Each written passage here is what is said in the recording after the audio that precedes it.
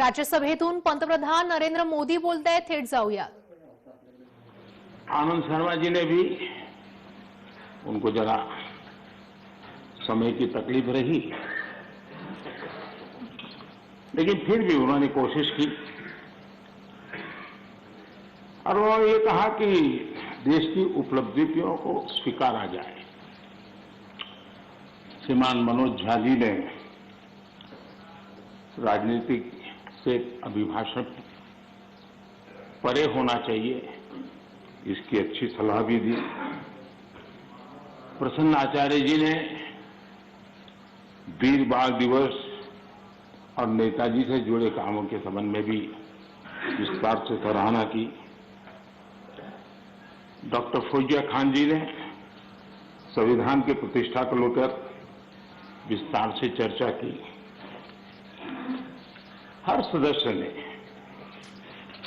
अपने अनुभव के आधार पर, अपनी राजनीतिक सोच के आधार पर और राजनीतिक स्थिति के आधार पर अपनी बातें हमारे सामने रखी है। मैं सभी माननीय सदस्यों का इसके लिए हृदय से आभार भी व्यक्त करता हूं। आदरणीय सभापति जी, आज देश आजादी का अमृत महोत्सव मना रहा है।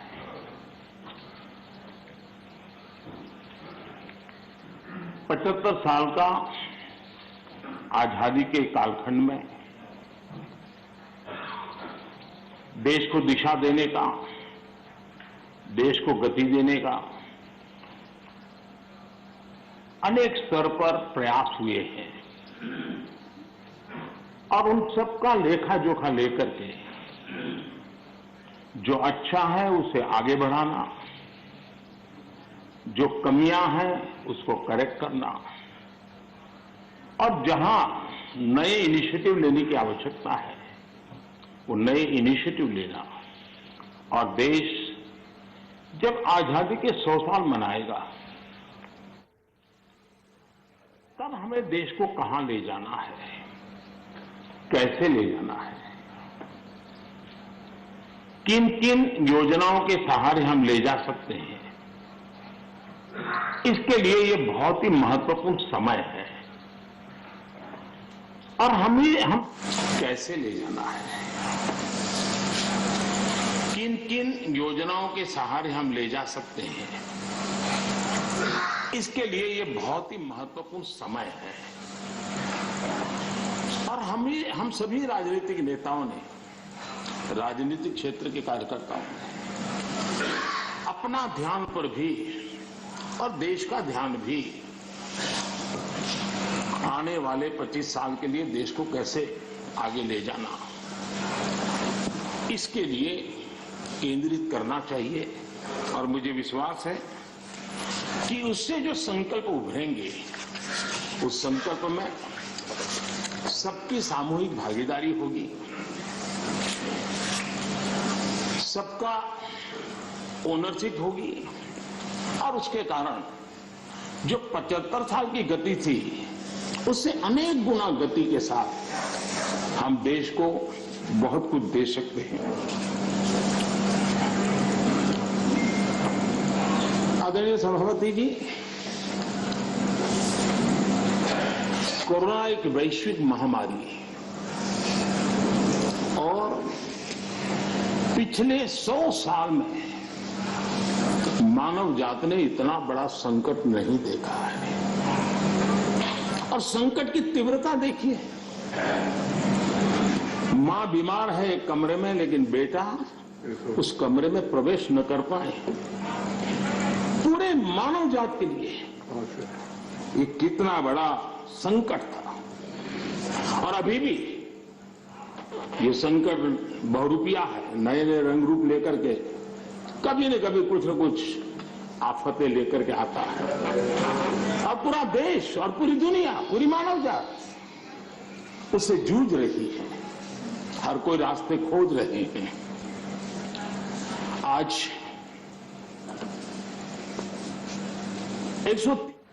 ये 130 करोड़ देशवासियों की संकल्प शक्ति, उनका सामर्थ्य और उन्होंने जो भी जीवन में उपलब्ध था उसके बीच में डिसिप्लिन का पालन करने का प्रयास किया कि आज विश्व में भारत के प्रयासों की सराहना हो रही है और इसका गौरव ये किसी राजनीतिक दल का कार्यक्रम नहीं था, ये अचीवमेंट देश का है, 130 करोड़ देशवासियों का है। अच्छा होता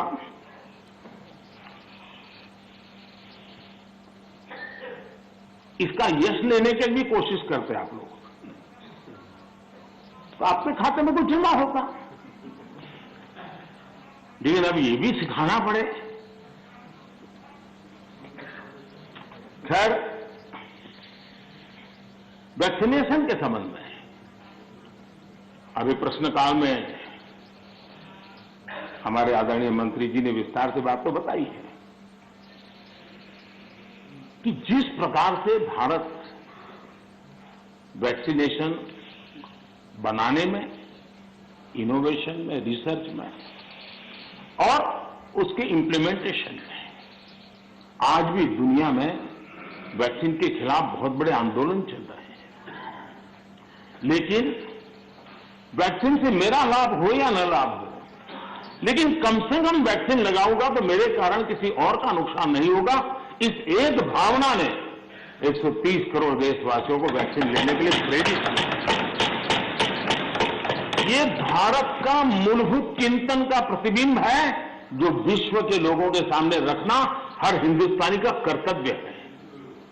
सिर्फ खुद की रक्षा करने का विषय होता तो लूं या न लूं विवाद होता, लेकिन जब उसके मन में विचार आया कि मेरे कारण किसी को कष्ट न हो, अगर इसके लिए मुझे भी डोज लेना है तो मैं ले लूं, और उसने ले लिया। ये भारत के मन की, भारत के मानव मन की, भारत की मानवता की हम गौरवपूर्ण रूप से दुनिया के सामने कह सकते हैं। आज 100% डोज के लक्ष्य की ओर हम तेज गति से आगे बढ़ रहे हैं। मैं भारत की मानवता की हम गौरवपूर्ण रूप से दुनिया के सामने कह सकते हैं। आज 100% डोज के लक्ष्य की ओर हम तेज गति से आगे बढ़ रहे हैं। मैं सम्मानित सदस्य, ये सभी आदरणीय सदस्यों से, इनके सामने हमारे फ्रंटलाइन वर्कर, हमारे हेल्थ केयर वर्कर्स, हमारे वैज्ञानिक, इन्होंने जो काम किया है उसकी सराहना करने से भारत की प्रतिभा तो खिलेगी, लेकिन इस प्रकार से जीवन खपाने वाले लोगों का भी हौसला बुलंद होगा, और इसलिए सदन बड़े गौरव के साथ उनका अभिनंदन करता है, उनका धन्यवाद करता है। आदरणीय सभापति जी, इस कोरोना काल में 80 करोड़ से भी अधिक देशवासियों को इतने लंबे कालखंड के लिए मुफ्त राशन की व्यवस्था, उनका घर का चूल्हा कभी न जले, ऐसी स्थिति पैदा न हो, ये काम भारत ने करके दुनिया के सामने एक उदाहरण प्रस्तुत किया। इसी कोरोना काल में जबकि अनेक कठिनाइयां थी, बंधन थे, उसके बावजूद भी प्रगति में रुकावटों की बार ऑब्स्टेकल के बीच भी लाखों परिवारों को, गरीबों को पक्का घर देने के अपने वादे की दिशा में हम लगातार चलते रहे, और आज गरीब का भी घर खर्चा लाखों में होता है। जितने करोड़ों परिवारों को एक घर मिला है ना, हर गरीब परिवार आज लखपति कहा जा सकता है। आदरणीय सभापति जी, इसी कोरोना काल में 5 करोड़ ग्रामीण परिवारों को नल से जल पहुंचाने का काम करके एक नया रिकॉर्ड प्रस्थापित किया।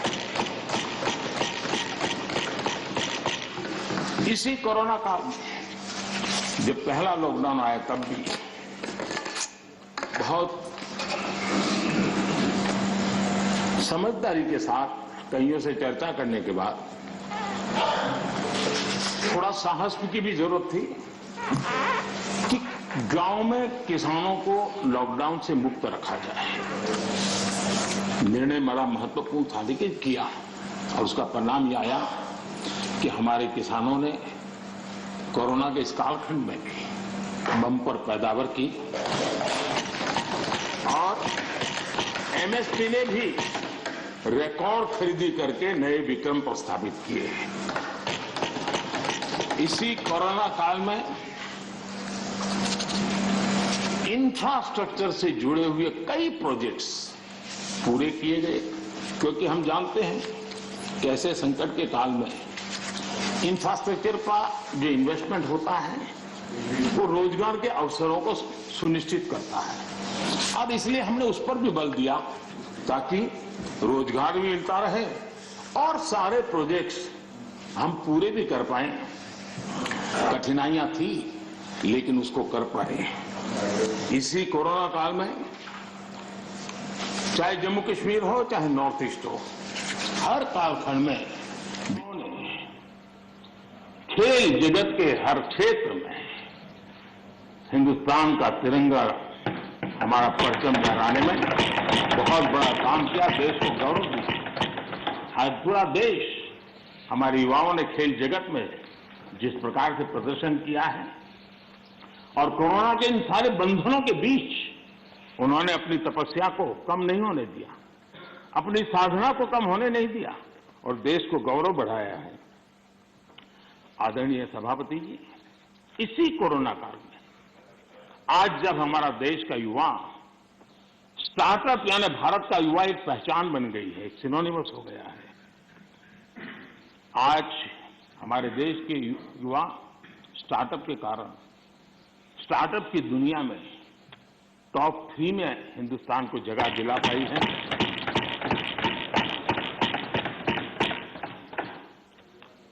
आदरणीय सभापति जी, इसी कोरोना काल में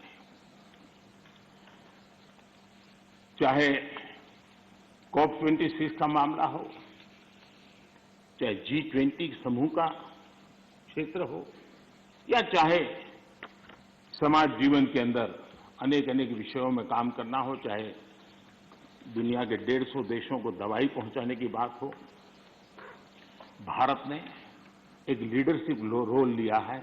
आज भारत की इस लीडरशिप की दुनिया में चर्चा है, उसकी स्वीकृति है। आदरणीय सभापति जी, जब संकट का काल होता है, चुनौतियां अपार होती हो, विश्व की हर शक्ति अपने ही बचाव में लगी होती है, कोई किसी की मदद नहीं कर पाता है, ऐसे कालखंड में उस संकटों से बाहर निकालना, आज मुझे अटल बिहारी वाजपेयी जी की कविता के शब्द हम सबके लिए प्रेरणा दे सकते हैं।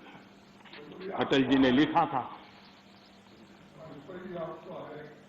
लिखा था, व्याप्त हुआ बर्बर अंधियारा, व्याप्त हुआ बर्बर अंधियारा, किंतु चीरकर तम की छाती, किंतु चीरकर तम की छाती, चमका हिंदुस्तान हमारा।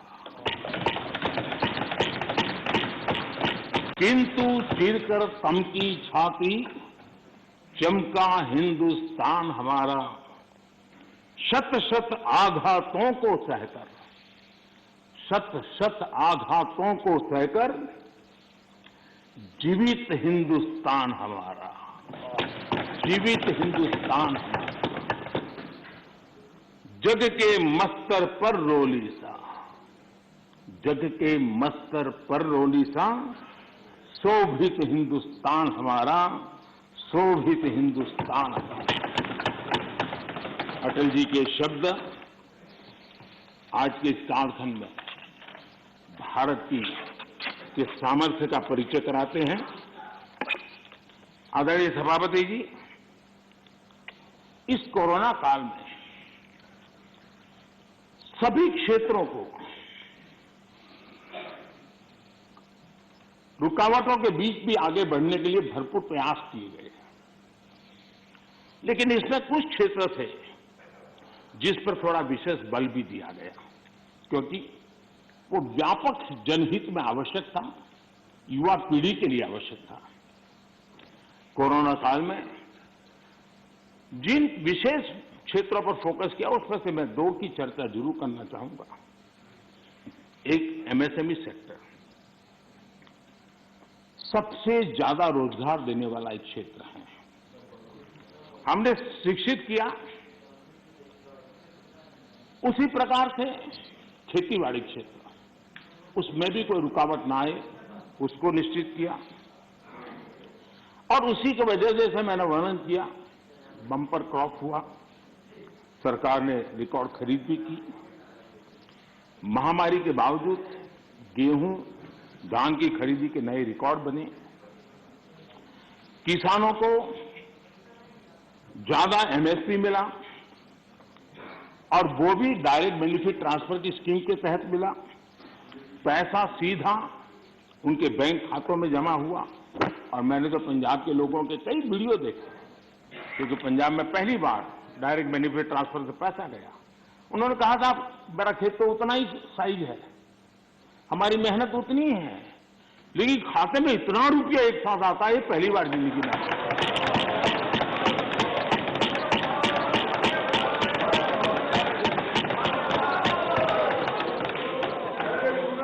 इससे संकट के समय किसानों के पास कैश की सुविधा रही। ऐसे कदमों से ही इतने बड़े सेक्टर को शॉक्स और डिसरप्शन से हम बचा पाए। इसी प्रकार से एमएसएमई सेक्टर, ये उन सेक्टरों में था जिसको आत्मनिर्भर भारत पैकेज का सबसे अधिक लाभ मिला। अलग अलग मंत्रालयों ने जो पीएलआई स्कीम लॉन्च की, उससे मैन्युफैक्चरिंग को बल मिला। भारत अब लीडिंग मोबाइल मैन्युफैक्चरर बन गया है, और एक्सपोर्ट में भी उसका योगदान बढ़ रहा है। ऑटोमोबाइल और बैटरी, इस क्षेत्र में भी पीएलआई स्कीम उत्साहजनक परिणाम दे रही है। जब इतने बड़े स्तर पर मैन्युफैक्चरिंग, और वो भी ज्यादातर एमएसएमई सेक्टर के द्वारा होता है, तो स्वाभाविक है दुनिया के देशों से ऑर्डर भी मिलते हैं, ज्यादा अवसर भी मिलते हैं। और सत्य ये है कि इंजीनियरिंग गुड्स जो बड़ी मात्रा में एमएसएमई बनाते हैं, इस समय जो एक्सपोर्ट का आंकड़ा बड़ा बना है, उसमें ये इंजीनियरिंग गुड का भी बहुत बड़ा योगदान है। ये भारत के लोगों के कौशल्य का और भारत के एमएसएमई की ताकत को प्रदर्शित करता है। हमारी डिफेंस मैन्युफैक्चरिंग इंडस्ट्री को हम देखें, यूपी और तमिलनाडु में डिफेंस कॉरिडोर बना रहे हैं। एमओयू जो हो रहे हैं, जिस प्रकार से लोग इस क्षेत्र में आ रहे हैं, एमएसएमई क्षेत्र के लोग आ रहे हैं डिफेंस के सेक्टर में, ये अपने आप में उत्साहवर्धक है कि देश के लोगों में सामर्थ्य है, और देश को डिफेंस के क्षेत्र में आत्मनिर्भर बनाने के लिए हमारे एमएसएमई क्षेत्र के लोग बहुत साहस जुटा रहे हैं, आगे आ रहे हैं। आदरणीय सभापति जी, एमएसएमई को जेम, उसके माध्यम से सरकार में जो सामान की खरीदी होती है, उसका एक बहुत बड़ा माध्यम बनाया है, और वो प्लेटफॉर्म के कारण आज बहुत सुविधा बनी है। उसी प्रकार से हमने एक बड़ा महत्वपूर्ण निर्णय किया है। वो निर्णय ये है कि सरकार में 200 करोड़ से 200 करोड़ रुपए तक के जो टेंडर होंगे वो टेंडर ग्लोबल नहीं होंगे। उसमें हिंदुस्तान के लोगों को ही अवसर दिया जाएगा और जिसके कारण हमारे एमएसएमई सेक्टर को और इसके द्वारा हमारे रोजगार को बल मिलेगा। आदरणीय सभापति जी, इस सदन में आदरणीय सदस्यों ने रोजगार के संबंध में भी कुछ महत्वपूर्ण बातें उठाई हैं, कुछ लोगों ने सुझाव भी दिए हैं। कितनी जॉब क्रिएट्स हुई है ये जानने के लिए ईपीएफओ पैरोल, ये ईपीएफओ पैरोल सबसे विश्वस्त माध्यम माना जाता है। साल 2021 में लगभग 1 करोड़ 20 लाख नए ईपीएफओ के पैरोल पे जुड़े और ये हम न भूलें, ये सारे फॉर्मल जॉब से, मैं इनफॉर्मल की बात नहीं कर रहा हूं, फॉर्मल जॉब से, और इनमें भी 60-65 लाख 18 से 25 साल की आयु के हैं। इसका मतलब ये हुआ कि उम्र पहली जॉब की है, यानी पहली बार जॉब मार्केट में उनकी एंट्री हुई है। आदरणीय सभापति जी, रिपोर्ट बताती है कि कोरोना के पहले की तुलना में कोविड रिस्ट्रिक्शन खुलने के बाद हायरिंग दोगुनी बढ़ गई है। नेस्कॉम की रिपोर्ट में भी यही ट्रेंड की चर्चा है। इसके अनुसार 2017 के बाद डायरेक्ट इनडायरेक्ट करीब, नेस्कॉम का कहना है, 27 लाख जॉब आईटी सेक्टर में, और ये सिर्फ स्किल की दृष्टि नहीं, उससे ऊपर के लेवल के लोग होते हैं जिनको रोजगार प्राप्त हुआ है। मैन्युफैक्चरिंग बढ़ने से वजह से भारत के ग्लोबल एक्सपोर्ट में वृद्धि हुई है और उसका लाभ रोजगार के क्षेत्र में सीधा सीधा होता है। आदरणीय सभापति जी, साल 2021 में, यानी सिर्फ एक साल में भारत में जितने यूनिकॉर्न्स बने हैं वो पहले के वर्षों में बने कुल यूनिकॉर्न से भी ज्यादा है। और ये सब रोजगार की गिनती में अगर नहीं आता है तो फिर तो रोजगार से ज्यादा राजनीति की चर्चा ही मानी जाती है। आदरणीय सभापति जी, कई माननीय सदस्यों ने महंगाई की भी चर्चा की है। 100 साल में आई इस भयंकर वैश्विक कोरोना की महामारी पूरी दुनिया को प्रभावित किया है। अगर महंगाई की बात करें तो अमेरिका में 40 साल में सबसे अधिक महंगाई का ये दौर अमेरिका झेल रहा है। ब्रिटेन 30 साल में सबसे अधिक महंगाई के मार से आज परेशान है। दुनिया के 19 देशों में जहां यूरो करेंसी है वहां महंगाई का दर हिस्टोरिकली हाईएस्ट है, उच्चतम है। ऐसे माहौल में भी महामारी के दबाव के बावजूद हमने महंगाई को एक लेवल पर रोकने का बहुत प्रयास किया है, ईमानदारी से कोशिश की। 2014 से लेकर 2020 तक ये दर 4 से 5% के आसपास थी। इसकी तुलना जरा यूपीए के दौर से करें तो पता चलेगा कि महंगाई होती क्या है। यूपीए के समय महंगाई डबल डिजिट छू रही थी। यूपीए के समय डबल डिजिट छू रही थी, फिर आज हम एकमात्र बड़ी इकोनॉमी है जो हाई ग्रोथ और मीडियम इन्फ्लेशन अनुभव कर रहे हैं।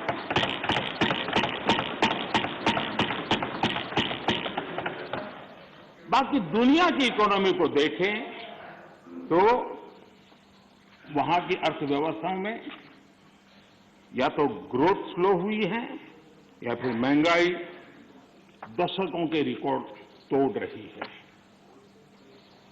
आदरणीय सभापति जी, इस सदन में कुछ साथियों ने भारत की निराशाजनक तस्वीर पेश की और पेश करने में आनंद आ रहा था, ऐसा भी लग रहा था। मैं जब इस प्रकार की निराशाएं देखता हूं तो फिर मुझे लगता है कि सार्वजनिक जीवन में उतार चढ़ाव आते रहते हैं, जय पराजय होता रहता है। उससे छाई हुई व्यक्तिगत जीवन की निराशा कम से कम देश पर नहीं थोपनी चाहिए।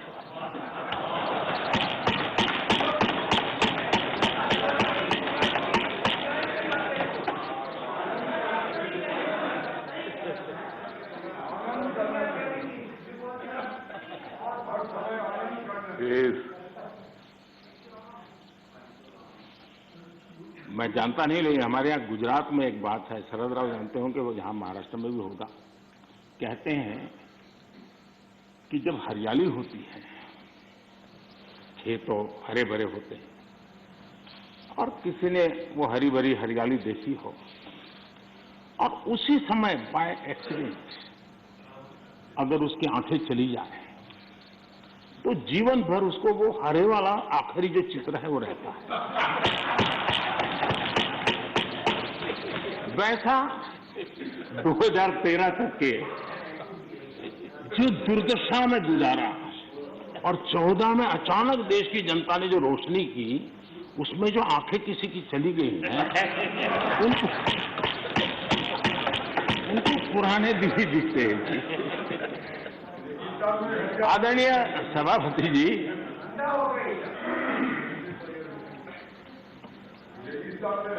हमारे यहाँ शास्त्रों में कहा गया है, महाजनों येन गतः स पंथा, अर्थात महाजन लोग, बड़े लोग जिस पथ पर जाते हैं वही मार्ग अनुकरणीय होता है। मैं आदरणीय सभापति जी इस सदन में एक बात करना चाहता हूं।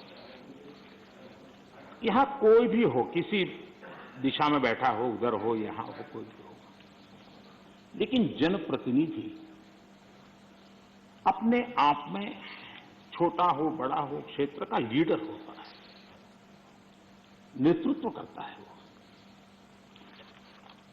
जो भी उसका कमांड एरिया होगा वहां के लोग उसको देखते हैं, उसकी बातों को फॉलो करते हैं। और ऐसा सोचना ठीक नहीं है कि हम सत्ता में है तो लीडर और वहां बैठ गए तो अरे रे क्या हो गया, ऐसा नहीं होता है। कहीं पर भी आप है, अगर जनप्रतिनिधि हैं, आप सच्चे अर्थ में लीडर है।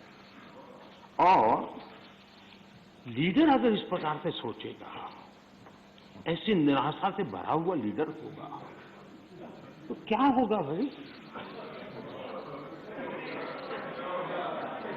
क्या यहां बैठे तभी देश? पंतप्रधान नरेंद्र मोदी यांचं भाषण सुरू आहे, ते आपण पाहत आहोत। राष्ट्रपतींच्या अभिभाषणावरती पंतप्रधान मोदी यांचं भाषण सुरू आहे। कोरोना संकटातल्या कार्याचं श्रेय देशवासियांना असल्याचं मोदी यांनी कि कैसे राजनीतिक स्वार्थ में खेल खेले गए, भारतीय वैक्सीन के खिलाफ मुहिम चलाई गई।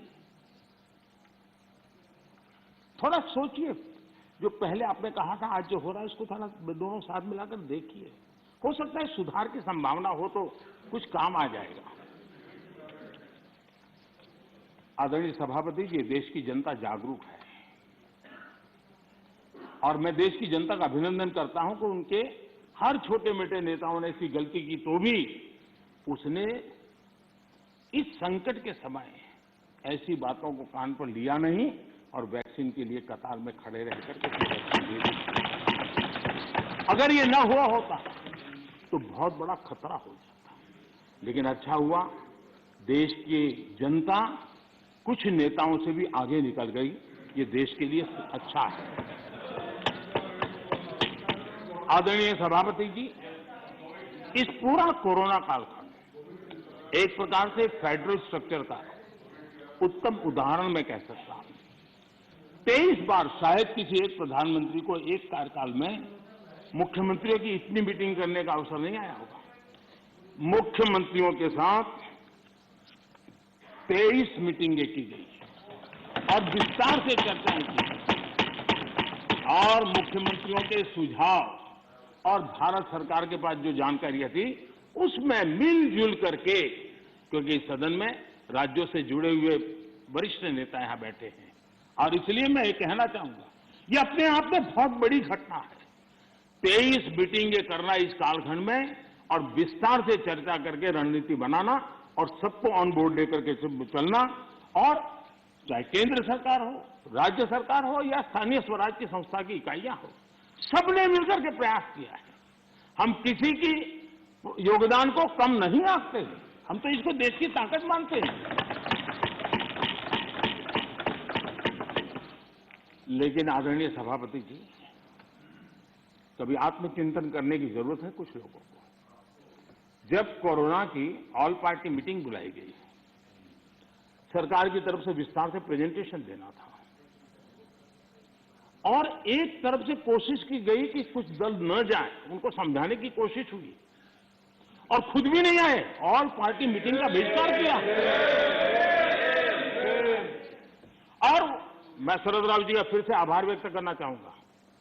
शरद राव जी ने कहा, देखिए भाई, ये कोई यूपीए का निर्णय नहीं है, मैं जिसको कह सकता हूं मैं कहूंगा। और शरद राव जी आए, बाकी टीएमसी सहित सभी दल के लोग आए और उन्होंने अपने बहुमूल्य सुझाव भी दिए। ये संकट देश पर था, मानव जात पर था, उसमें भी आपने बहिष्कार किया। ये पता नहीं आपके एडवाइस कौन है जी, कौन कहां से आप सलाह लेके आते हैं, आपका भी नुकसान कर रहे हैं जी। देश रुका नहीं, देश चल पड़ा, आप अटक गए और हर एक को आश्चर्य हुआ। सब लोग, आप दूसरे दिन के अखबार देख लीजिए, क्या आपकी आलोचना हुई, क्यों ऐसा किया, इतना बड़ा काम।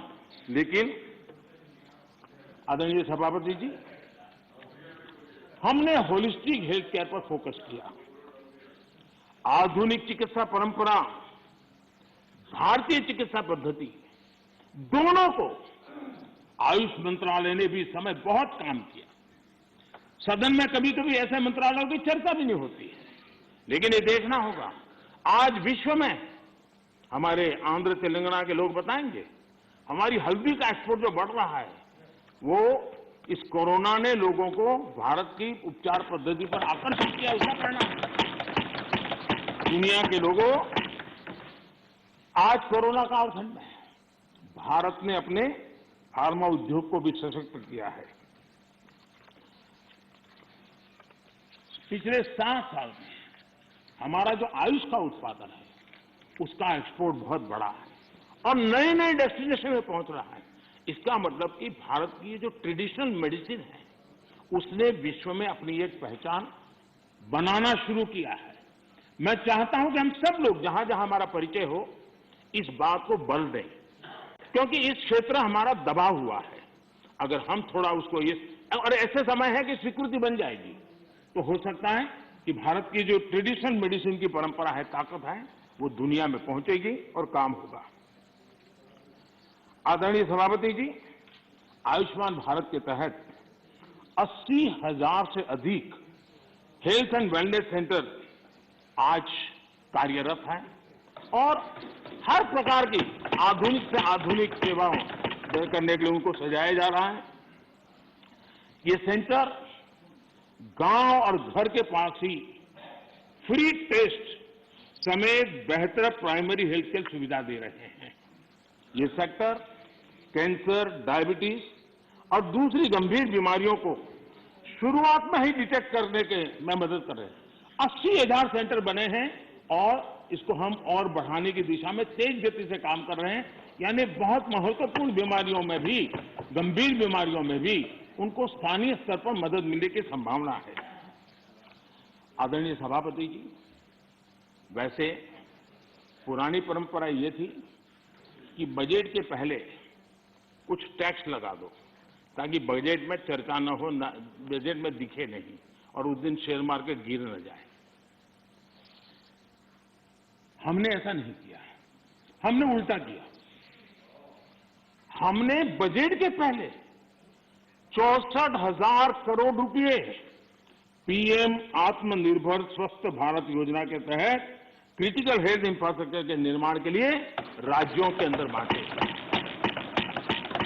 अगर ये चीज हम बजट में रखते तो और बहुत बड़ा बजट शानदार दिखता, शानदार तो है ही है, और शानदार दिखता। लेकिन हम उस मोह के में रखने के बजाय कोरोना के समय इसकी तत्काल व्यवस्था करने के लिए हमने पहले इसको किया और 64,000 करोड़ रुपए हमने इस काम के लिए दिए।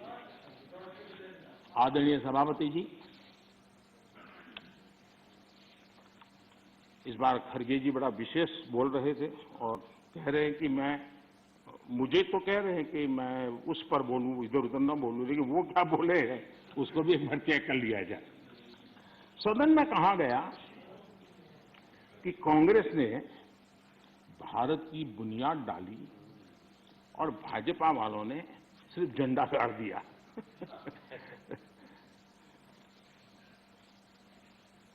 आदरणीय सभापति जी,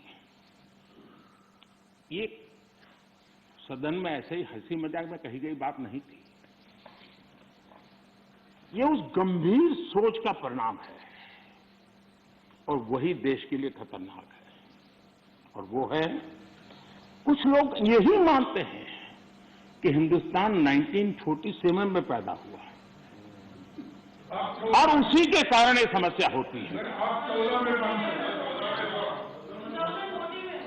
और इसी सोच का परिणाम है कि भारत में पिछले 75 साल में जिसको काम करने का 50 साल मौका मिला था, उनकी नीतियों पर भी इस मानसिकता का प्रभाव रहा है और उसी के कारण कई विकृतियां पैदा हुई है। ये डेमोक्रेसी आपकी मेहरबानी से नहीं है, हमारे कुर्बानी से। और आपको 1975 में डेमोक्रेसी का गला घोंटने वालों को डेमोक्रेसी का गौरव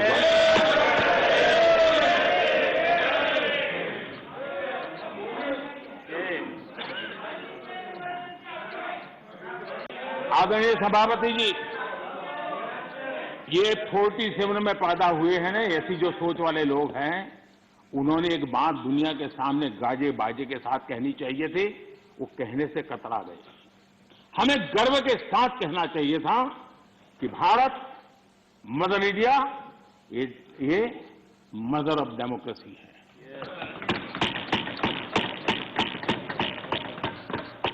डेमोक्रेसी, डिबेट, ये भारत में सदियों से चल रहा है। और कांग्रेस की कठिनाई ये है,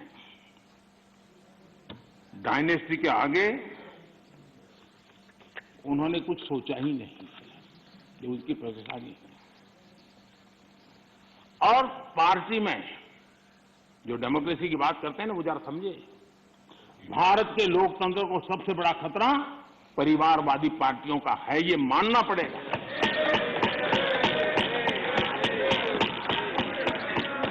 और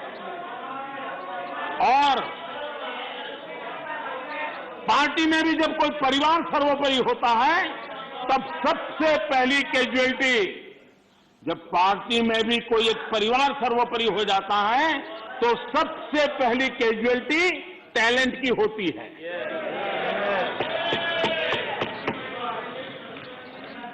देश ने अरसे तक इस सोच का बहुत नुकसान उठाया है। मैं चाहता हूं कि सभी राजनीतिक दल लोकतांत्रिक आदर्शों और मूल्यों को अपने दलों में भी विकसित करें, उसको समर्पित करें और हिंदुस्तान की सबसे पुरानी पार्टी के रूप में कांग्रेस इसकी जिम्मेवारी ज्यादा उठाए। आदरणीय सभापति जी, यहां पर यह कहा गया कि कांग्रेस न होती तो क्या होता।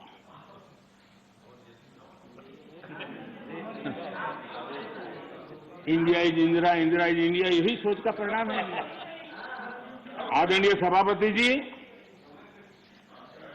मैं जरा बताना चाहता हूं, ये कहा गया है, मैं सोच रहा हूं कि कांग्रेस न होती तो क्या होता, क्योंकि महात्मा गांधी की इच्छा थी।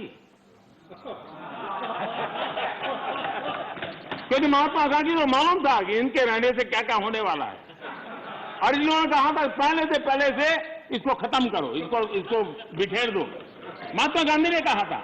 लेकिन अगर ना होती महात्मा गांधी की इच्छा के अनुसार, अगर हुआ होता, अगर महात्मा गांधी की इच्छा के अनुसार कांग्रेस न होती तो क्या होता? लोकतंत्र परिवारवाद से मुक्त होता। भारत विदेशी चश्मे के बजाय स्वदेशी संकल्पों के रास्ते पर चलता। अगर कांग्रेस न होती तो इमरजेंसी का कलंक न होता। अगर कांग्रेस न होती तो दशकों तक करप्शन को संस्थागत बनाकर नहीं रखा जाता। अगर कांग्रेस न होती तो जातिवाद और क्षेत्रवाद की खाई इतनी गहरी न होती। अगर कांग्रेस न होती, अगर कांग्रेस न होती तो सिखों का नरसंहार न होता, सिखों का नरसंहार न होता। सालों साल पंजाब आतंकी आग में न जलता। अगर कांग्रेस न होती तो कश्मीर के पंडितों को कश्मीर छोड़ने की नौबत न आती। अगर कांग्रेस न होती, अगर कांग्रेस न होती तो बेटियों को तंदूर में जलाने की घटनाएं न होती। अगर कांग्रेस न होती तो देश के सामान्य मानवी को घर, सड़क, बिजली, पानी, शौचालय, मूल सुविधाओं के लिए इतने सालों तक इंतजार न करना पड़ता। आदरणीय सभापति जी, मैं गिनता रहूंगा, गिनता। खड़गे जी, आपने भी 1 घंटा बोला। You are leader of the opposition, you are leader of the opposition, please understand.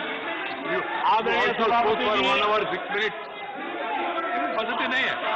आदरणीय सभापति जी, कांग्रेस जब सत्ता में रही, देश का विकास नहीं होने दिया। अब विपक्ष में है तो देश के विकास में बाधा डाल रही है। अब कांग्रेस को नेशन पर भी आपत्ति है, नेशन पर आपत्ति है। यदि नेशन इसकी कल्पना गैर संवैधानिक है तो आपकी पार्टी का नाम इंडियन नेशनल कांग्रेस क्यों रखा गया?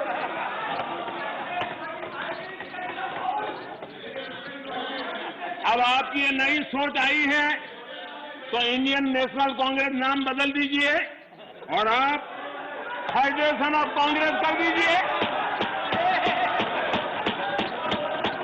अपने पूर्वजों की गलती जरा सुधार दीजिए। आदरणीय सभापति जी, आदरणीय सभापति जी, यहाँ पर nothing will go on record without my permission. आदरणीय सभापति ji, without my permission nothing will go on record. Any comment? Federalism को लेकर भी कांग्रेस, टीएमसी और लेफ्ट सहित अनेक साथियों ने यहाँ बड़ी बड़ी बातें की। जरूरी भी है क्योंकि ये राज्यों के वरिष्ठ नेताओं का ये सदन है, लेकिन सभी साथियों को, आदरणीय सभापति जी,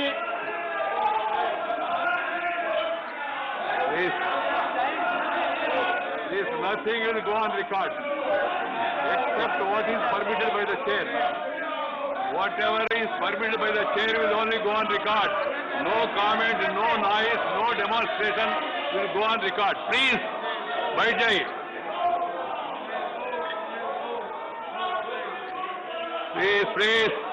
Please, the Prime Minister is intervening. I have permitted it. It will only go on record. Ramdas ji, आप चिंता मत करिए. वो जो नहीं, आप चिंता मत करिए. जो जाना है वो जाएगा. आप क्यों चिंता करते हैं?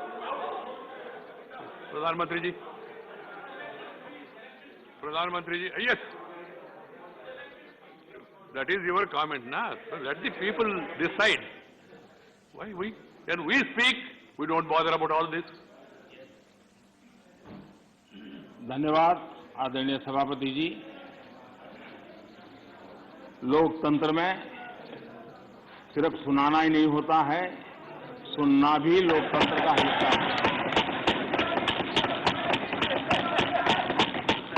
लेकिन सालों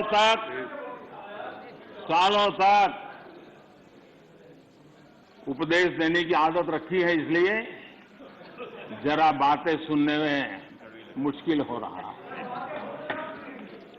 आदरणीय सभापति जी, फेडरलिज्म को लेकर कांग्रेस, टीएमसी और लेफ्ट सहित अनेक साथियों ने यहां कई विचारों को प्रस्तुत किया है और बहुत स्वाभाविक है, और इस सदन में इसकी चर्चा होना और स्वाभाविक है, क्योंकि यहां राज्य के वरिष्ठ नेता, उनका मार्गदर्शन इस सदन में हमें मिलता रहता है।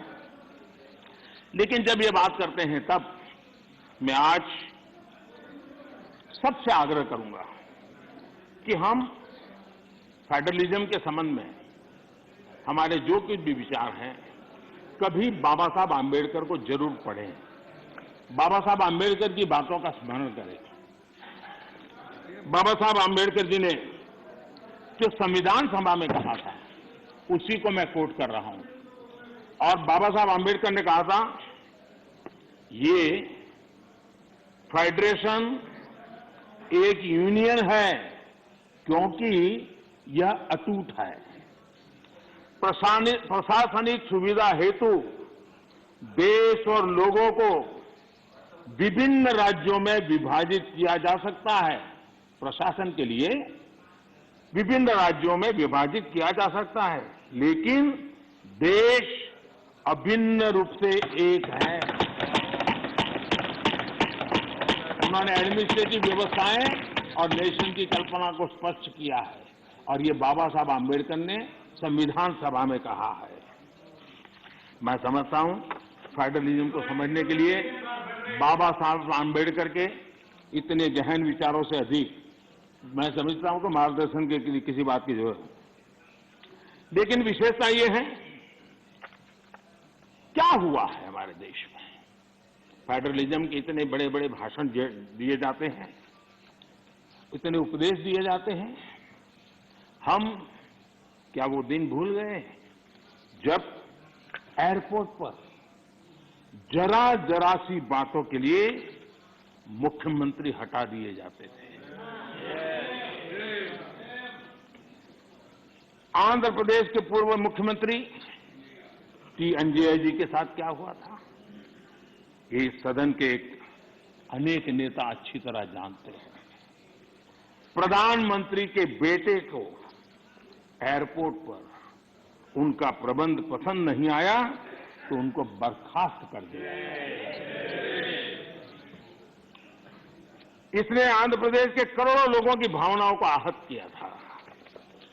इसी प्रकार कर्नाटका के लोकप्रिय मुख्यमंत्री वीरेंद्र पाटिल जी को भी अपमानित करके पद से हटाया गया था, वो तब जब वो बीमार थे। हमारी सोच कांग्रेस की तरह संकीर्ण नहीं है। हम संकीर्ण सोच के साथ काम करने वाले लोग नहीं हैं। हमारी सोच में राष्ट्रीय लक्ष्यों, राष्ट्रीय टारगेट्स और रीजनल एस्पिरेशंस, उसके बीच में हम कोई कॉन्फ्लिक्ट नहीं देखते हैं। हम मानते हैं कि रीजनल एस्पिरेशंस को उतने ही इज्जत के साथ एड्रेस करना चाहिए, समस्याओं का समाधान करना चाहिए।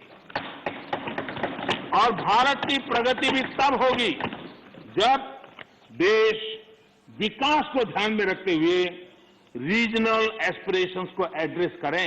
ये दायित्व बनता है। जब हम इस बात को कहते हैं देश को आगे बढ़ाना, लेकिन इसकी ये भी शर्त है कि जब राज्य प्रगति करते हैं तब देश की तरक्की होती है। राज्य प्रगति न करे और देश की तरक्की के लिए हम सोचे तो हो नहीं सकता है। और इसलिए पहली शर्त है राज्य प्रगति करे तब देश की तरक्की होती है। और जब देश की तरक्की होती है, देश समृद्ध होता है, देश के अंदर समृद्धि आती है, तो समृद्धि राज्यों में पर्कोलेट होती है और इसके कारण देश समृद्ध बनता है। इस सोच के साथ हम चलते हैं। और मैं तो जानता हूं, मैं गुजरात में था, मुझ पर क्या क्या जुल्म हुए हैं दिल्ली सरकार के द्वारा, इतिहास गवाह है। क्या कुछ नहीं हुआ मेरे साथ, गुजरात के साथ क्या क्या क्या नहीं हुआ। लेकिन उस कालखंड में भी हर दिन, आप मेरे रिकॉर्ड देख लीजिए, मुख्यमंत्री के नाते मैं हमेशा एक ही बात कहता था कि गुजरात का मंत्र क्या है, देश के विकास के लिए गुजरात का विकास। हमेशा दिल्ली में किसकी सरकार है सोच करके नहीं करते थे, देश के विकास के लिए गुजरात का विकास। और यही फेडरलिज्म में हम सबका दायित्व यही बनता है कि हम देश के विकास के लिए अपने राज्यों का विकास करेंगे, ताकि दोनों मिलकर के देश को नई ऊंचाई पर ले जाएंगे। और यही तरीका सही तरीका है, उसी रास्ते पर चलना हमारे लिए जरूरी है। और ये बहुत दुखद है, जिनको दशकों तक सरकार चलाने का मौका मिला और उन्होंने राज्यों के साथ कैसे कैसे दमन किए थे। सब यहां बैठे हैं, भुक्तभोगी लोग बैठे हुए हैं, कैसे कैसे दमन किया था। करीब करीब 100 बार राष्ट्रपति शासन ला करके राज्य सरकार, चुनी हुई राज्य सरकारों को उखाड़ के फेंक दिया गया। आप किस मुंह से बातें कर रहे हो। और इसलिए लोकतंत्र का भी आपने सम्मान किया। और वो कौन प्रधानमंत्री है जिसने अपने कालखंड में 50 सरकारों को उखाड़ के फेंक दिया था, राज्य की 50 सरकारों को। आदरणीय सभापति जी, इन सारे विषयों के जवाब हर हिंदुस्तानी जानता है और उसी की सजा आज उनको भुगतनी पड़ रही है। देश उनको स्वीकार कर लेता है। आदरणीय सभापति जी, कांग्रेस के हाईकमांड जो है, उनकी नीति 3 प्रकार से कामों को लेकर के चलती है। एक, पहले डिस्क्रेडिट करो, फिर डिस्टेबलाइज करो और फिर डिसमिस करो। इसी तरीके से अविश्वास पैदा करो, अस्थिर करो और फिर बर्खास्त करो। इन्हीं बातों को लेकर के चले हैं। आप जरा बताइए आदरणीय सभापति जी, मैं आज कहना चाहता हूं कि फारूक अब्दुल्ला जी की सरकार को किसने अस्थिर किया था, चौधरी देवीलाल जी की सरकार को किसने अस्थिर किया था, चौधरी चरण सिंह जी की सरकार को किसने अस्थिर किया था, पंजाब में सरदार बादल की सरकार के किसने बर्खास्त किया था, महाराष्ट्र में बाला साहब ठाकरे को बदनाम करने के लिए किसने डरते टिक्स का उपयोग किया था, कर्नाटका में रामकृष्ण हेगड़े और एसआर बोम्बई की सरकार को किसने गिराया था, 50 के दशक में केरला की चुनी हुई कम्युनिस्ट सरकार को किसने गिराया था। उस कालखंड में 50 साल पहले तमिलनाडु में इमरजेंसी के दौरान करुणानिधि जी की सरकार को किसने गिराया था। 1980 में एमजीआर की सरकार को किसने डिसमिस किया था। आंध्र प्रदेश में किसने एनटीआर की सरकार को अस्थिर करने की कोशिश की थी, और वो भी जब वो बीमार थे। वो कौन सा दल है जिसने मुलायम सिंह जी यादव जी को सिर्फ इसलिए तंग किया था क्योंकि मुलायम सिंह जी केंद्र की बातों के साथ सहमत नहीं होते थे। कांग्रेस ने अपने नेताओं तक नहीं छोड़ा है। आंध्र प्रदेश में कांग्रेस सरकार अहम भूमिका निभाई। उसके साथ क्या किया? जिस केंद्र ने यहां सत्ता में बैठने के लिए उनको मौका दिया था, उनके साथ क्या किया? उन्होंने बहुत शर्मनाक तरीके से आंध्र प्रदेश का विभाजन किया। माइक बंद कर दिए गए, मिर्ची स्प्रे की गई, कोई डिस्कशन नहीं हुई। क्या यह तरीका ठीक था? क्या यह लोकतंत्र था? क्या अटल जी की सरकार ने भी 3 राज्य बनाए थे। राज्य बनाना हमने विरोध नहीं किया है, लेकिन तरीका क्या था? अटल जी ने 3 राज्य बनाए थे, छत्तीसगढ़, झारखंड, उत्तराखंड, लेकिन कोई तूफान नहीं आया। शांति से सारा निर्णय हुआ, सबने मिल बैठ करके निर्णय किया। आंध्र तेलंगाना के भी हो सकता था, हम तेलंगाना के विरोधी नहीं है, साथ मिलकर के किया जा सकता है, लेकिन आपका अहंकार, सत्ता का नशा, उसने देश के अंदर इस कटुता पैदा की। और आज भी तेलंगाना और आंध्र के बीच में वो कटुता के बीच तेलंगाना का भी नुकसान कर रहे हैं, आंध्र का भी नुकसान कर रहे हैं, और आपको कोई राजनीतिक फायदा नहीं हो रहा है। और हमें समझा रहे हैं आदरणीय सभापति जी, हम कोऑपरेटिव फेडरलिज्म के साथ साथ एक नए बदलाव की ओर चले और हमने कोऑपरेटिव कॉम्पिटिटिव फेडरलिज्म की बात कही है। हमारे राज्यों के बीच में विकास की स्पर्धा हो, तंदुरुस्त स्पर्धा हो, हम आगे बढ़ने की कोशिश करें, दल किसी का भी कोई राज क्यों ना करता हो, और उसको प्रोत्साहन देना हमारा काम है और हम दे रहे हैं। आदरणीय सभापति जी, मैं आज उदाहरण देना चाहता हूं। जीएसटी काउंसिल की रचना, जीएसटी काउंसिल की रचना अपने आप में भारत के सशक्त फेडरलिज्म के लिए एक उत्तम स्ट्रक्चर का नमूना है।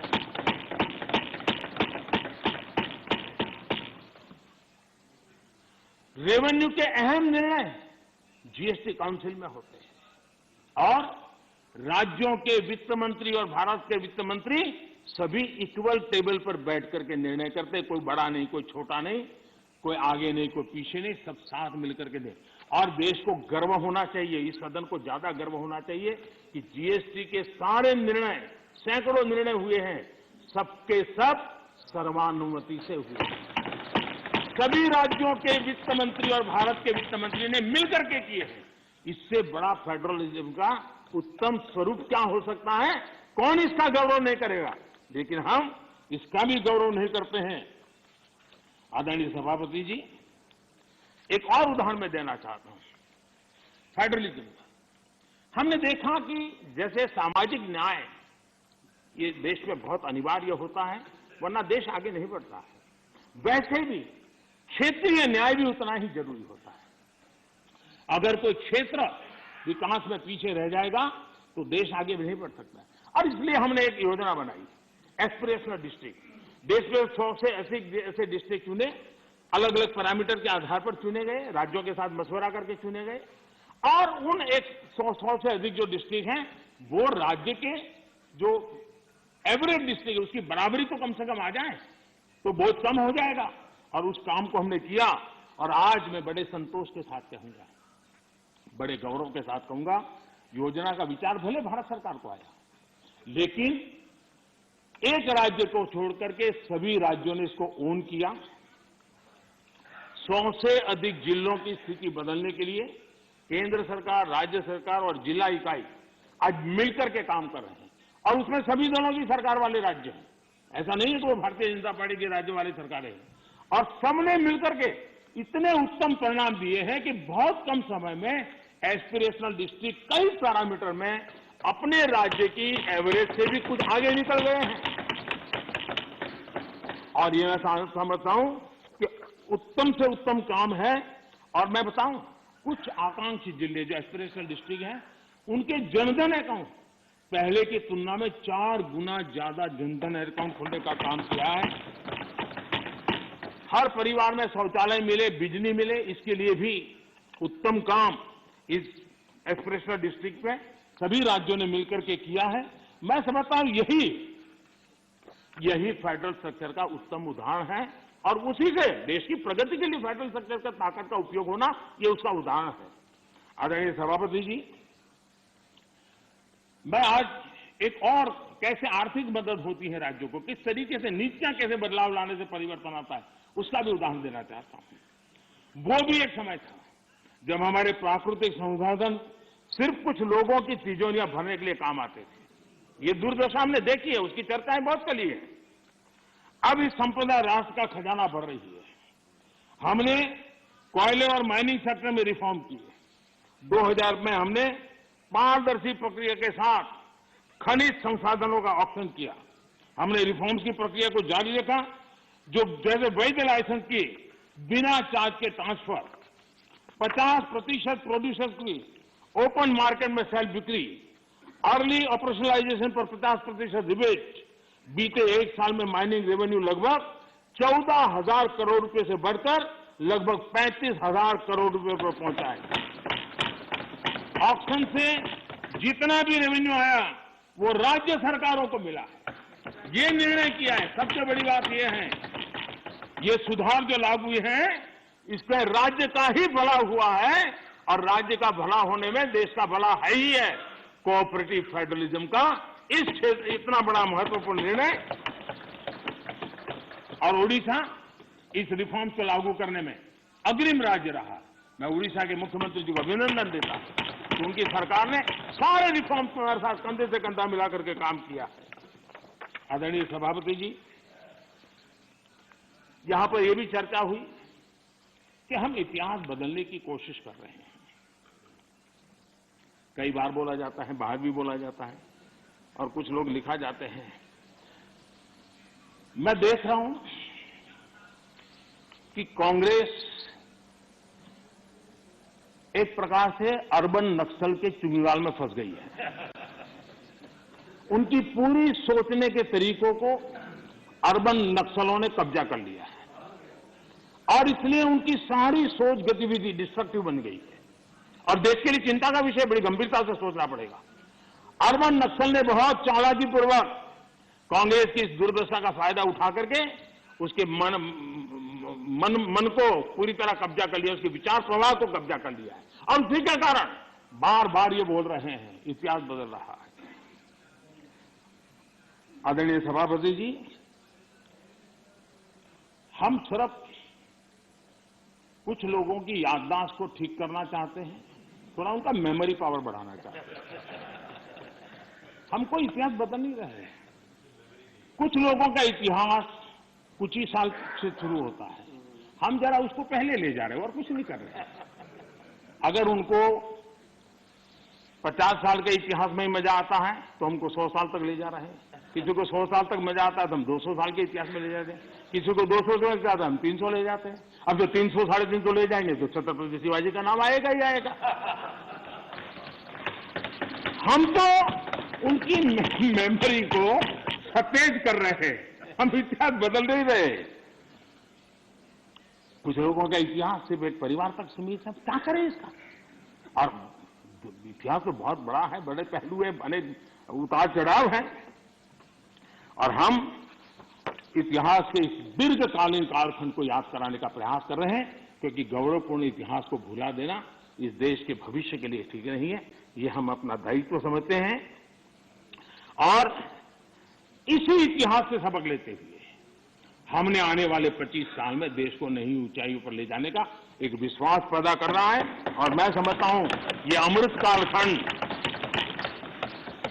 अब इसी से आगे बढ़ने वाला है। इस अमृत कालखंड में हमारी बेटियां, हमारे युवा, हमारे किसान, हमारे गांव, हमारे दलित, हमारे आदिवासी, हमारे पिछड़े समाज के हर तबके का योगदान हो, उनकी भागीदारी हो, उसको लेकर के हम आगे बढ़े। कभी कभी हम 1857 के स्वतंत्र संग्राम की ओर देखेंगे। हमारे आदिवासी क्षेत्रों में 1857 के स्वतंत्र संग्राम में जो योगदान दिया गया है, कभी हमें पढ़ने को नहीं मिल रहा है। इतने महान स्वर्णिम पुरुषों को हम कैसे भूल सकते हैं? और हम इन चीजों को याद कराने की कोशिश कर रहे हैं। हमारी कोशिश है देश आत्मविश्वास से भरा हुआ हो, देश आगे बढ़े। आदरणीय सभापति जी, महिलाओं के सशक्तिकरण भी हमारे लिए प्राथमिकता है। भारत जैसा देश 50% आबादी हमारी विकास यात्रा के जो सबका प्रयास का विषय है, उस सबके प्रयास में सबसे बड़ी भागीदार हमारी माताएं बहनें हैं। देश की 50% जनसंख्या, और इसलिए भारत का समाज की विशेषता है, अपनी परंपराओं में सुधार करता है, बदलाव भी करता है। ये एक जीवंत समाज है। हर युग में ऐसे महापुरुष निकलते हैं जो हमारी बुराइयों को से समाज को मुक्त करने के लिए प्रयास करते हैं। और आज हम जानते हैं महिलाओं के संबंध में भी भारत में कोई आज चिंतन होना नहीं, पहले से हमारे आज चिंतन हो रहा है। उनके सशक्तिकरण को हम प्राथमिकता दे रहे हैं। अगर हमने मैटरनिटी लीव बढ़ाई है तो एक प्रकार से महिलाओं के सशक्तिकरण और परिवार के सशक्तिकरण का हमारा प्रयास है और उस दिशा में हम काम कर रहे हैं। बेटी बचाओ बेटी पढ़ाओ, आज उसका परिणाम है कि जेंडर रेशियो में जो हमारी असंतुलन था उसमें काफी अच्छी स्थिति में हम पहुंच गए। और जो रिपोर्ट्स आ रहे हैं उसमें आज हमारे कुछ स्थानों पर तो हमारे यहाँ पुरुषों से माताओं बहनों की संख्या बढ़ रही है। ये बड़े एक आनंद का विषय है, गौरव का विषय है। जो बुरे दिन हमने देखे थे उसमें से हम बाहर आए हैं और इसलिए हमने प्रयास करना चाहिए। आज एनसीसी में हमारी बेटियां हैं, सेना में हमारी बेटियां हैं, वायुसेना में बेटियां हैं, हमारी नौसेना में हमारी बेटियां हैं। 3 तलाक की कुप्रथा को हमने खत्म किया और मैं जहां जाता हूं मुझे इन माताओं बहनों का आशीर्वाद मिलता है, क्योंकि 3 तलाक की प्रथा जब खत्म होती है तब सिर्फ बेटियों को न्याय मिलता है ऐसा नहीं है, उस पिता को भी न्याय मिलता है, उस भाई को भी न्याय मिलता है जिसकी बेटी 3 तलाक के कारण घर लौट के आती है, जिसकी बहन 3 तलाक के कारण घर लौट के आती है। इसलिए ये पूरे समाज के कल्याण के लिए है, ये सिर्फ कोई महिलाओं के लिए है और पुरुषों के खिलाफ ऐसा नहीं है। ये मुसलमान पुरुष के लिए भी उतना ही उपयोगी है, क्योंकि वो भी किसी बेटी का बाप है, वो भी किसी बेटी का भाई है और इसलिए ये उसका भी भला करता है, उसको भी सुरक्षा देता है। और इसलिए कुछ कारणों से लोग बोल पाए न बोल पाए, लेकिन इस बात से सब लोग एक गौरव का आनंद तो भरते हैं। कश्मीर में हमने 370 धारा को जो हटाया, वहां की माताओं बहनों को एम्पावर किया है, उनको जो अधिकार नहीं तो अधिकार हमने दिलवाए हैं और उन अधिकारों के कारण आज उनकी ताकत। आज शादी की उम्र में क्या कारण है? आज के युग में मेल और फीमेल के बीच में अंतर होना चाहिए, क्या जरूरत है? बेटा बेटी एक समान है तो हर जगह पे होना चाहिए और इसलिए बेटे बेटी की शादी की उम्र समान हो, उस दिशा में हम आगे बढ़े हैं। मुझे विश्वास है कि कुछ ही समय में ये सदन भी उसके विषय में सही निर्णय कर करके हमारी माताओं बहनों के कल्याण के लिए काम करेगा। आदरणीय सभापति जी, यह वर्ष गोवा के 60 वर्ष का एक महत्वपूर्ण कालखंड का वर्ष है। गोवा मुक्ति को 60 साल हुए। मैं आज जरा उस चित्र को कहना चाहता हूं। हमारे कांग्रेस के मित्र जहां भी होंगे जरूर सुनते होंगे, गोवा के लोग जरूर आज सुनते होंगे मेरी बात को। अगर सरदार साहब जिस प्रकार से सरदार पटेल ने हैदराबाद के लिए रणनीति बनाई, इनिशिएटिव लिए, जिस प्रकार से सरदार पटेल ने जूनागढ़ के लिए रणनीति बनाई, कदम उठाए, अगर सरदार साहब की प्रेरणा लेकर के गोवा के लिए भी वैसी ही रणनीति बनाई होती तो गोवा को हिंदुस्तान आजाद होने के 15 साल तक गुलामी में नहीं रहना पड़ा होता।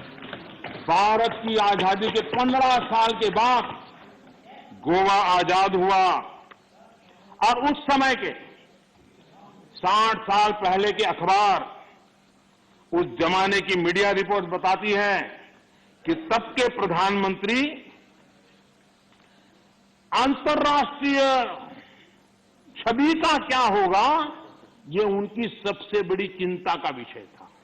पंडित नेहरू को दुनिया में मेरी छवि बिगड़ जाएगी तो, और इसलिए उनको लगता था कि गोवा की औपनिवेशिक सरकार पर आक्रमण करने से उनकी जो एक ग्लोबल लीडर की शांति प्रिय नेता की छवि है वो चकनाचूर हो जाएगी।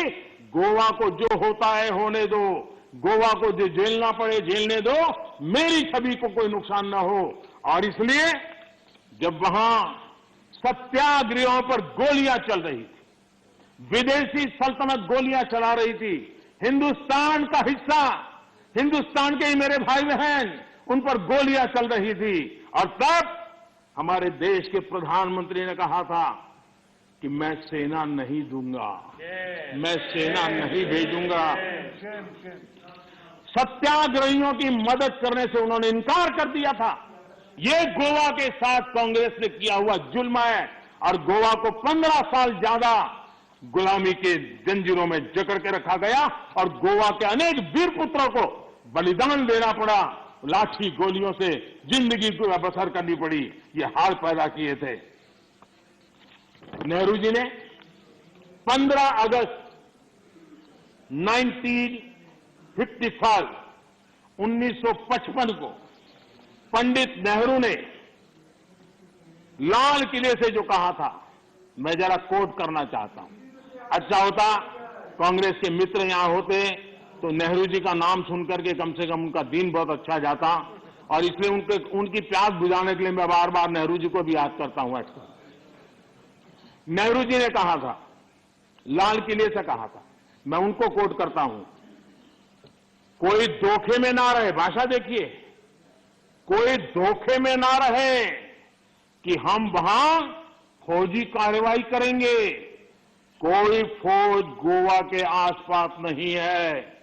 अंदर के लोग चाहते हैं कि कोई शोर मचाकर ऐसे हालात पैदा करे कि हम मजबूर हो जाएं फौज भेजने के लिए।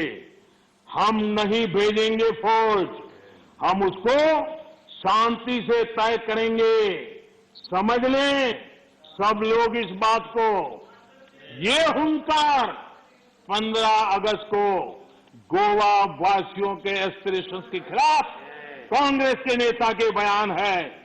पंडित नेहरू जी ने आगे कहा था, जो लोग वहां जा रहे हैं, लिमेश जी, लोहिया जी समेत सब लोग वहां सत्याग्रह कर रहे थे, आंदोलन कर रहे थे, देश के सत्याग्रही जा रहे थे। हमारे जगन्नाथ राव जोशी कर्नाटक केसरी, उनके नेतृत्व में सत्याग्रह हो रहा था। जो पंडित नेहरू जी ने क्या कहा, जो लोग वहां जा रहे हैं उनको वहां जाना मुबारक हो। देखिए मजाक देखिए, देश के अपनी आजादी के लिए लड़ने वाले मेरे ही देशवासियों के लिए क्या भाषा, कितना अहंकार है। वो लोग वहां जा रहे हैं, उनको वहां जाना मुबारक हो, लेकिन ये भी याद रखें कि अपने को सत्याग्रही कहते हैं तो सत्याग्रह के उसूल, सिद्धांत और रास्ते भी याद रखें। सत्याग्रह की पीछे फौजें नहीं चलती और ना ही फौजों की पुकार होती है। असहाय छोड़ दिया गया मेरे देश के नागरिकों को। ये गोवा के साथ किया। गोवा की जनता कांग्रेस के इस रवैये को कभी भूल नहीं सकती है। आदरणीय सभापति जी, हमें यहां फ्रीडम ऑफ एक्सप्रेशन पर भी बड़े भाषण दिए गए और आए दिन हमको जरा समझाया जाता है। मैं जरा आज एक घटना कहना चाहता हूं, और ये घटना भी गोवा के एक सपूत की घटना है। गोवा के एक सम्मानीय गोवा की धरती की एक बेटी की कथा है। अभिव्यक्ति के संबंध में क्या होता था, कैसे होता था, ये उदाहरण मैं देना चाहता हूं। व्यक्ति स्वतंत्रता की बातें करने वाले लोगों का इतिहास में आज खोल रहा हूं, क्या किया है। लता मंगेशकर जी के निधन से आज पूरा देश दुखी है। देश को बहुत बड़ी खोट है, लेकिन लता मंगेशकर जी का परिवार गोवा का है, लेकिन उनके परिवार के साथ कैसा सलूक किया ये भी देश को जानना चाहिए। लता मंगेशकर जी के छोटे भाई पंडित हृदयनाथ मंगेशकर जी गोवा का गौरवपूर्ण संतान, गोवा की धरती का बेटा, उन्हें ऑल इंडिया रेडियो से निकाल दिया गया। वो ऑल इंडिया रेडियो में काम करते थे और उनका गुनाह क्या था? उनका गुनाह यह था कि उन्होंने वीर सावरकर की एक देशभक्ति से भरी कविता की ऑल इंडिया रेडियो पर प्रस्तुति दी थी। आप देखिए, हृदयनाथ जी ने एक इंटरव्यू में बताया, उनका इंटरव्यू अवेलेबल है। उन्होंने इंटरव्यू में कहा, जब वो सावरकर जी से मिले कि मैं आपका गीत करना चाहता हूं, तो सावरकर जी ने उनको कहा, क्या तुम जेल जाना चाहते हो क्या? मेरी कविता गाकर के जेल जाना चाहते हो क्या? तो हृदयनाथ जी ने उनकी देशभक्ति से भरी कविता उसे संगीतबद्ध किया। 8 दिन के अंदर उनको ऑल इंडिया रेडियो से निकाल दिया गया। ये आपका फ्रीडम ऑफ एक्सप्रेशन है। ये स्वतंत्रता की आपकी झूठ बातें देश के सामने आपने रखी है। कांग्रेसी सरकारों ने दौरान किस प्रकार जुल्म हुए, ये सिर्फ हृदयनाथ मंगेशकर जी गोवा के बेटे के साथ हुए ऐसे नहीं, इसकी सूची काफी लंबी है। मजरू सुल्तानपुरी जी को पंडित नेहरू की आलोचना करने के लिए 1 साल जेल में बंद कर दिया गया। नेहरू जी के रवैये की आलोचना करने के लिए प्रोफेसर धर्मपाल जी को जेल में डाल दिया गया। प्रसिद्ध संगीतकार किशोर कुमार जी को इमरजेंसी में इंदिरा जी के सामने न झुकने के कारण, इमरजेंसी के पक्ष में न बोलने के कारण उनको आपातकाल में उनको भी निकाल दिया गया था। हम सभी जानते हैं कि एक विशेष परिवार के खिलाफ अगर कोई थोड़ी सी भी आवाज उठाता है, जरा भी आंख ऊंची करता है, तो क्या होता है। सीताराम केसरी को हम भली भांति जानते हैं, क्या हुआ ये हमें पता है। आदरणीय सभापति जी, मेरी सदन के सदस्यों से, सभी से प्रार्थना है कि भारत के उज्जवल भविष्य पे भरोसा करें। 130 करोड़ देशवासियों के सामर्थ्य पर हम भरोसा करें। हम बड़े लक्ष्य लेकर के इसी सामर्थ्य के आधार पर देश को नई ऊंचाई पर ले जाने के लिए हम कृत संकल्पी बने। आदरणीय सभापति जी, हमने मेरे तेरे अपने पराये इस परंपरा को खत्म करना होगा और एक मत से, एक भाव से, एक लक्ष्य से एक साथ चलना, यही देश के लिए समय की मांग है। एक स्वर्णिम काल है, पूरा विश्व भारत को तरफ बड़े आशा से और बड़े गर्व से देखा। ऐसे समय हम मौका गंवा न दें। देशवासियों के कल्याण के लिए इससे बड़ा कोई अवसर आने वाला नहीं है। ये मौका हम पकड़ लें। 25 साल की यात्रा हमें कहीं से कहां पहुंचा सकती है। हमारे देश के लिए, हमारी परंपराओं के लिए हम गौरव करें और सभापति जी, हम बड़े विश्वास के साथ मिलकर के चलेंगे। और हमारे यहां तो शास्त्रों में कहा गया है, सं गच्छध्वम सं वदध्वम संवो मनासी जानताम, यानी हम साथ चलें, साथ चर्चा करें, मिलकर हर कार्य करें। इसी आह्वान के साथ मैं राष्ट्रपति जी के अभिभाषण को अनुमोदन करता हूं, उनका धन्यवाद भी करता हूं और सभी आदरणीय सदस्यों ने जो सहभाग किया, विचार रखे, उनका भी धन्यवाद करता हूं। बहुत बहुत धन्यवाद। पंतप्रधान नरेंद्र मोदी यांचं राष्ट्रपतींच्या अभिभाषणावरती उत्तर पाहिलं। राज्यसभेमध्ये पंतप्रधान नरेंद्र मोदी यांनी काँग्रेसवरती घणाघात केलाय।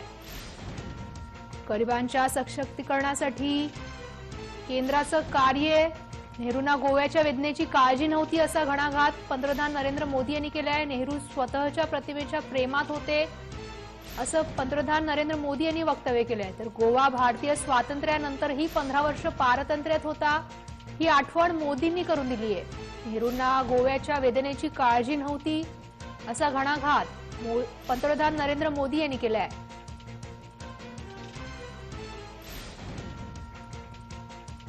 गोवा भारतीय स्वातंत्र्यानंतरही 15 वर्ष पारतंत्र्यात होता, ही आठवण पंतप्रधान नरेंद्र मोदी यांनी करून दिली आहे.